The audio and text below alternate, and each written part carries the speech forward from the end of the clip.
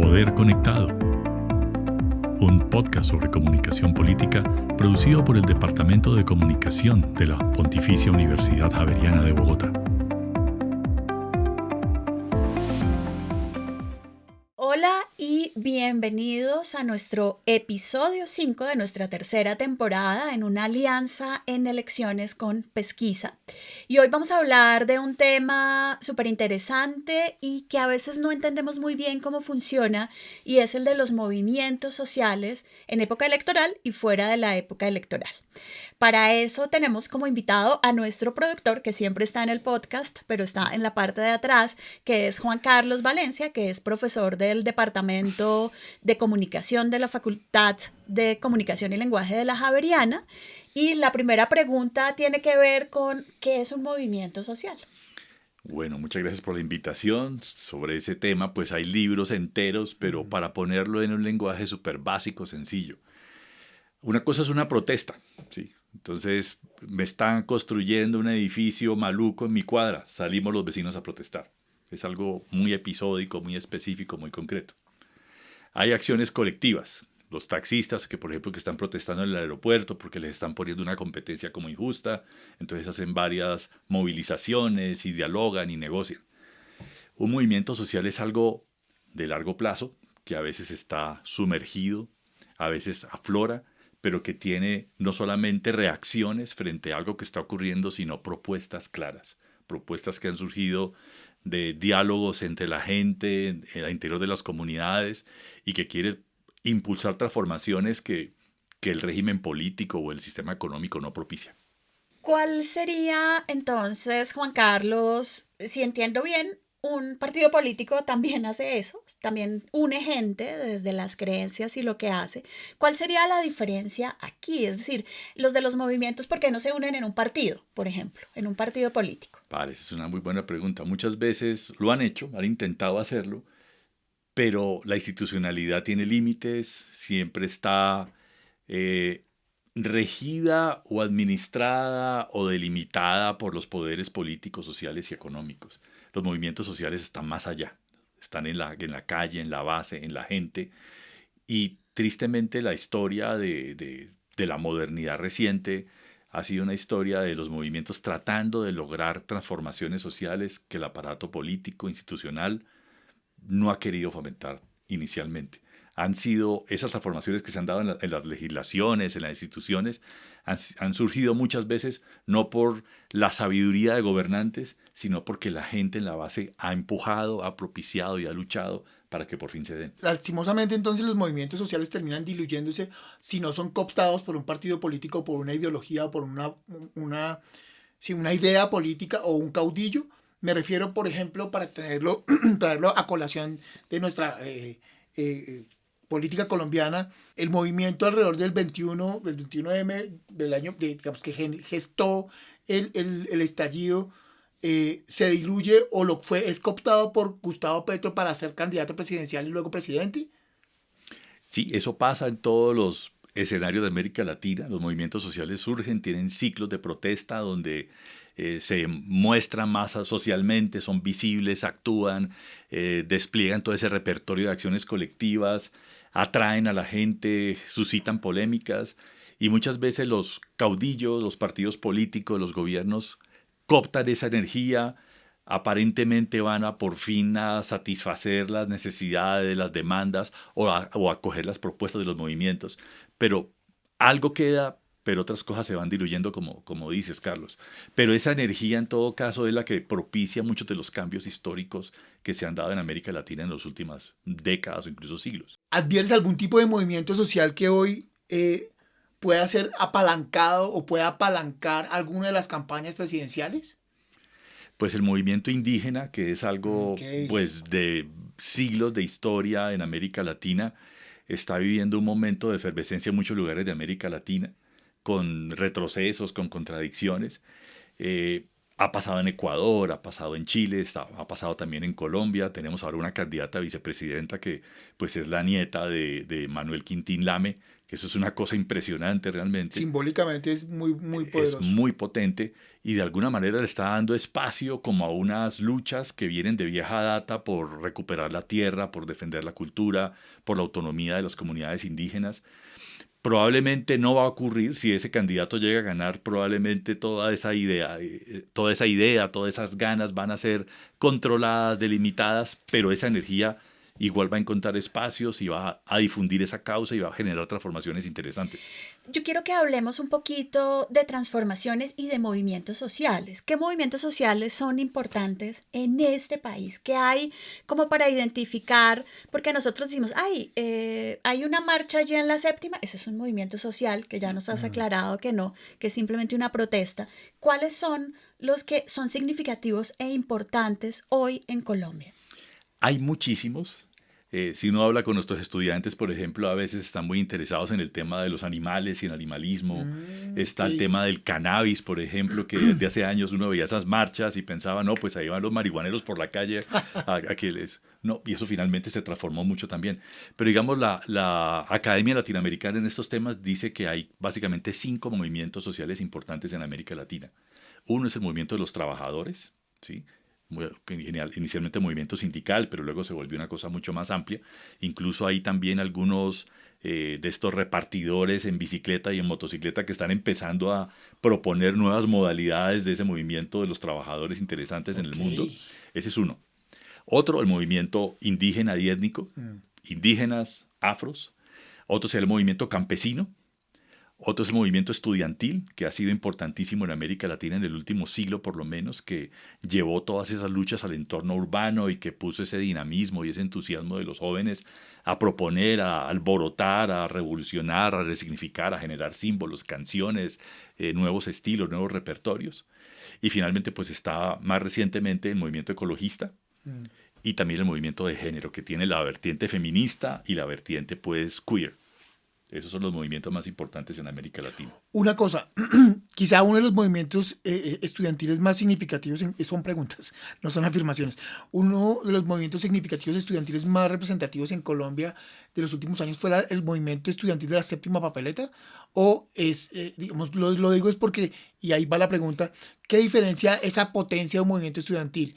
Porque, digamos, siento que el tema del estallido social fue un movimiento muy fuerte en todas las regiones, de mucha indignación, pero que no se cristalizó y no logró consolidar líderes. Mientras que en el de séptima papeleta tuvimos alcaldesas, tuvimos representantes, tuvimos congresistas, tuvimos personas que fueron decanos, o sea, Catalina Botero, Claudia López, para citar algunos, Bernardo Jaramillo Osa, o sea, mucha gente que estuvo metida en ese proceso, pero en el estallido social no nos quedó nada, o sea, no quedó un líder, y los líderes que quedaron terminaron siendo viceministros del Ministerio de la Igualdad que no generaron nada de impacto y no devolvieron eso en términos fuertes. La pregunta es, ¿eso es así? Y si es así, ¿por qué pasó? Pues lo que dicen teóricos más recientes de los movimientos sociales, como uno que estuvo aquí en la Javeriana el año pasado, Pablo Gerbaudo, es que los movimientos sociales de nuestro tiempo ya no son tan verticales, ya no hay un líder así carismático y paradigmático que es el que negocia y es el que dirige el movimiento. Él habla de que los movimientos contemporáneos tienen lo que él describe como líderes suaves. Y lo que se refiere a ese concepto de Gerbaudo es que ya no son personas que están direccionando las acciones, sino que están permitiendo que subgrupos del movimiento se conozcan y se entusiasmen. Están propiciando que la gente tenga recursos. Están logrando conseguir el salón comunal. Están dando pistas como en el podcast anterior está la digital que ustedes invitaron, de cómo manejar redes sociales y cómo ser más convincentes y más carismáticos.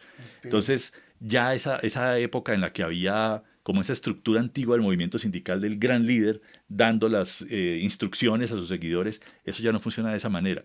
Pero el movimiento, sin embargo, tiene impactos, ¿sí? En Colombia ya tenemos matrimonio igualitario, ¿sí? En Colombia ya tenemos protección del medio ambiente. Se declaró una reserva gigantesca en la Sierra Nevada de Santa Marta. Tenemos una senadora que se eligió solamente a partir de Andrea Padilla. Por ejemplo, los hechos están, los logros están, pero ya no son manifestados por un maravilloso líder carismático. Eso es lo que está ocurriendo. Okay. Y con respecto al movimiento estudiantil que preguntabas, sí, la séptima papeleta sí trajo esa visibilidad, pero era un movimiento más de clases medias que fue muy lindo, ¿sí? A veces pensamos que los movimientos sociales solamente son de gente pobre, gente que está en la precariedad, ¿no? También hay movimientos que surgen de las clases medias y ese fue un movimiento muy lindo en ese sentido. Pero digamos en la universidad pública es normalmente gente que está luchando en ascenso, que siente que la universidad es un espacio maravilloso de transformación y que quiere que el país sea mejor y que tiene propuestas para hacerlo también, ¿no? Okay. Yo te quiero preguntar, ¿por qué esto que suena tan interesante, que son los movimientos sociales, está tan desacreditado en nuestro país? Pues obviamente donde hay poder hay resistencia, decía Foucault hace mucho tiempo, ¿no? Si los movimientos quieren transformaciones, si las luchan y las defienden, si tienen ideas, obviamente hay contradictores y son contradictores muy poderosos. Por eso las transformaciones no son inmediatas y no son fáciles y a veces se frustran tristemente, ¿no? Los medios de comunicación en Colombia, tanto los privados como los públicos, a veces están en manos de personas que se oponen a muchas de esas transformaciones. Y ¿una deslegitimación de los movimientos sociales? Entonces? Ocurre mucho. Y también hay errores, ¿no? Los movimientos también a veces se equivocan. Hubo épocas en Colombia donde desembocaron en movimientos guerrilleros, en movimientos violentos, y eso también fue bastante contraproducente. O sea, hay un estigma alrededor del movimiento social en Colombia. Sí, pero ese impulso es necesario. Sin eso no hay cambios. Sin los movimientos sociales no vamos a tener nunca un mundo mejor. Si estamos esperando que políticos como los que tenemos hoy en día mejoren nuestras condiciones de vida, creo que las vamos a quedar esperando toda la vida hasta que morimos. Necesitamos esa vitalidad de los jóvenes, de las mujeres, de la gente queer, de los campesinos, de los trabajadores, para que tengamos un mundo mejor. Okay. Yo quiero hacer una pregunta desde la comunicación, que es la facultad donde estamos los tres. ¿Qué falta, crees tú, a nivel de comunicación para que los movimientos sociales tengan como mayor difusión y aceptación entre entre esas clases medias, digamos, que son las que en gran medida atacan, entre los medios de comunicación, entre los líderes, entre influenciadores? ¿Qué está faltando allí? Yo creo que es algo que está en proceso de solucionarse. Se me ocurre, por ejemplo, el 21N que mencionaba Carlos hace un momento, cuando vimos títeres en las calles, ¿sí? Cuando veíamos juego, estas intervenciones en espacio público, los artistas. Creo que estamos pasando de un repertorio que era muy de confrontación, ¿sí? de la marcha, de la ocupación, del combate pues, en las calles, a repertorios mucho más divertidos, mucho más seductores, que convencen más fácilmente a la gente, ¿sí?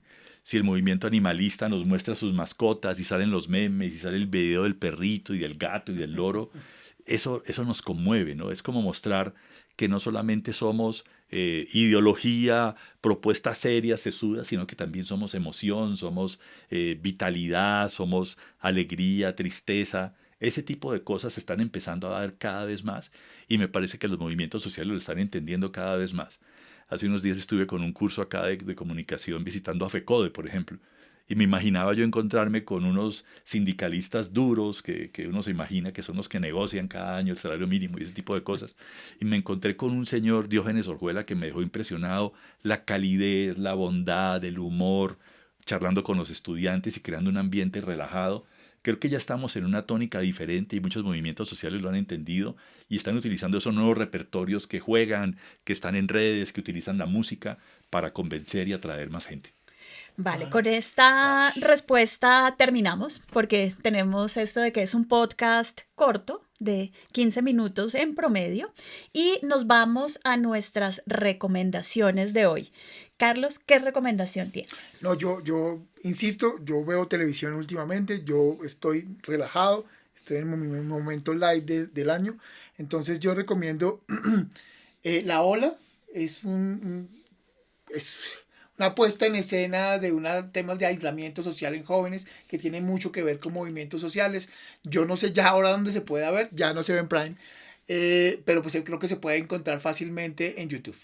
Vale, yo quiero recomendar un libro que me recomendó Juan Carlos justamente y tiene también que ver con este tema. Se llama Los Dominados y el Arte de la Resistencia de James Scott. Creo que es un libro que vale la pena leer y que tiene un concepto bien interesante que ya hablaremos en el futuro, que es la infrapolítica. Y bueno, yo recomiendo música porque me encanta la música Sí, y los sí, sí. movimientos sociales la han usado mucho históricamente. Un ícono en América Latina, Los Prisioneros, con esas canciones maravillosas de los No, 90s. no, sí, no, ya ahora sí me enamoré de Juan, ahora sí ya mal.